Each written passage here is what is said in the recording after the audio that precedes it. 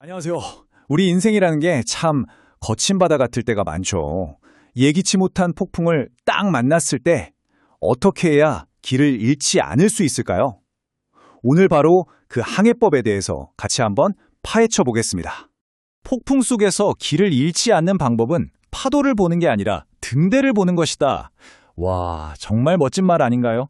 이게 그냥 하는 말이 아니라 아주 노련한 선장들의 지혜가 담긴 격언이라고 해요. 그리고 오늘 우리가 나눌 이야기의 핵심을 정말 정확하게 꿰뚫는 그런 비유이기도 하고요. 자, 그렇다면 이 등대라는 비유가 아주 오래전, 그러니까 2000년 전으로 거슬러 올라가서 진짜로 거친 풍랑을 만났던 사람들에게는 과연 어떻게 적용됐을까요? 지금부터 우리 다 같이 갈릴리 바다 그 한가운데로 한번 들어가 보시죠. 네, 첫 번째 원칙입니다. 당신의 고요함을 찾으세요. 이게 재밌는 게 뭐냐면요. 폭풍이 막 몰아칠 때 어떻게 하냐가 아니에요. 오히려 그 폭풍이 닥치기 전에 우리가 뭘 준비해야 하는지에 대한 이야기입니다. 그게 바로 고요함을 찾는 거죠. 이 이야기의 시작은요.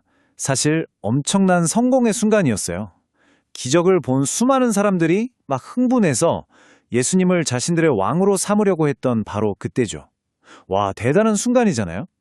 근데 바로 그 환호성 안에 본질을 잃어버릴 수도 있는 그런 보이지 않는 영적 위기가 숨어 있었던 겁니다. 예수님은 이때 정말 의도적으로 딱 세 가지 행동을 하세요. 첫째, 제자들을 먼저 보내고요. 둘째, 열광하던 군중들을 해산시키고, 그리고 마지막으로 홀로 산에 올라가서 기도하셨다는 거죠. 이게 뭘 의미할까요? 바로 세상의 시끄러운 소리, 그리고 성공이 가져다 줄 수 있는 그 교만함으로부터 스스로를 딱 분리시킨 거예요. 의식적으로요. 한쪽에는 대중의 환호, 세상의 야망, 시끄러운 소음 같은 유혹이 있고요. 다른 한쪽에는 그걸 이겨낼 해독제가 있는 거죠. 바로 고독한 기도, 하나님과의 연결, 그분의 음성을 듣는 것. 이 둘의 차이를 아는 것, 이게 바로 영적인 폭풍을 이겨내는 첫 단추인 셈이에요. 진짜 폭풍이 오기 전에 내 안에 먼저 닷을 딱 내리는 거죠. 자, 그럼 이제 장면을 한번 바꿔볼까요? 스승은 홀로 산 위에 있고 제자들은 배를 타고 캄캄한 바다 한가운데로 가고 있는 상황이에요. 바로 여기서 두 번째 원칙이 나옵니다. 한번 상상해보세요. 칠흑 같은 밤, 그것도 가장 깊은 새벽 3시쯤 되는 시간이에요. 밤 사경이라고 하죠. 제자들은 완전히 고립된 상태로 눈앞에 거친 파도를 보면서 정말 아무것도 할 수 없다는 무력감에 빠져 있었을 겁니다. 심지어 그들은 베테랑 어부들이었는데도 말이죠. 바로 그 절망의 순간에요. 예수님이 물 위를 걸어서 나타나시는 거예요. 그리고 이렇게 말씀하시죠. 안심하라. 나니 두려워하지 말라.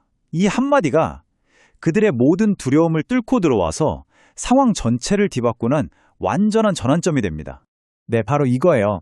눈앞에 거친 파도, 즉 문제가 아니라 그 너머에 있는 등대, 해결책을 바라보는 것.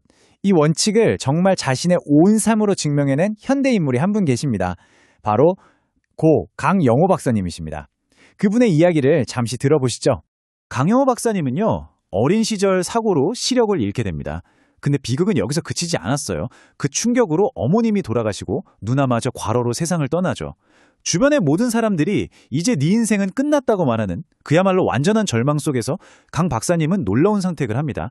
자신이 잃어버린 것을 계속 쳐다보는 게 아니라 자신에게 남은 것, 그리고 앞으로 펼쳐질 새로운 가능성에 집중하기로 결심한 거죠. 하나님께서 나의 육안을 닫으신 것은 나의 영안을 열어 당신을 더 분명히 보게 하기 위함이었습니다. 이 말 한마디에 강 박사님의 모든 것이 담겨있는 것 같아요. 자신의 엄청난 비극을요, 단순히 불행으로 끝낸 게 아니라 오히려 더 중요한 것을 볼 수 있는 기회로 완전히 관점을 바꿔버린 거죠. 정말 놀라운 통찰력입니다.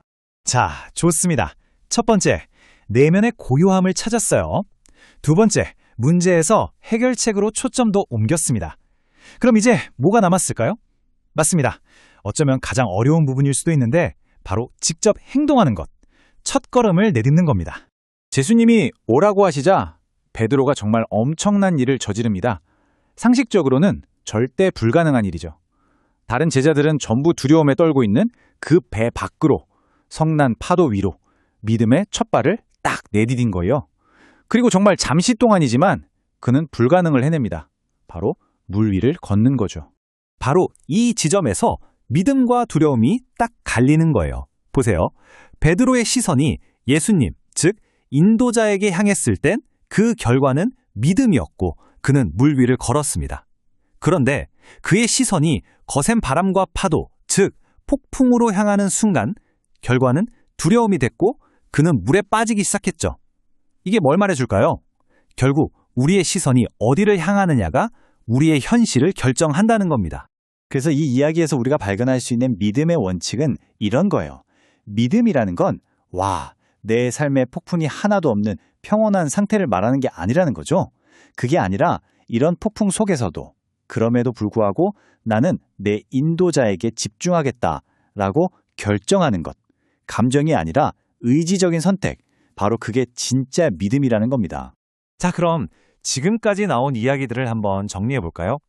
이 세 가지 원칙들이 모여서 우리 각자의 인생 폭풍을 헤쳐나갈 수 있는 아주 실용적인 도구 상자가 되어줄 수 있습니다.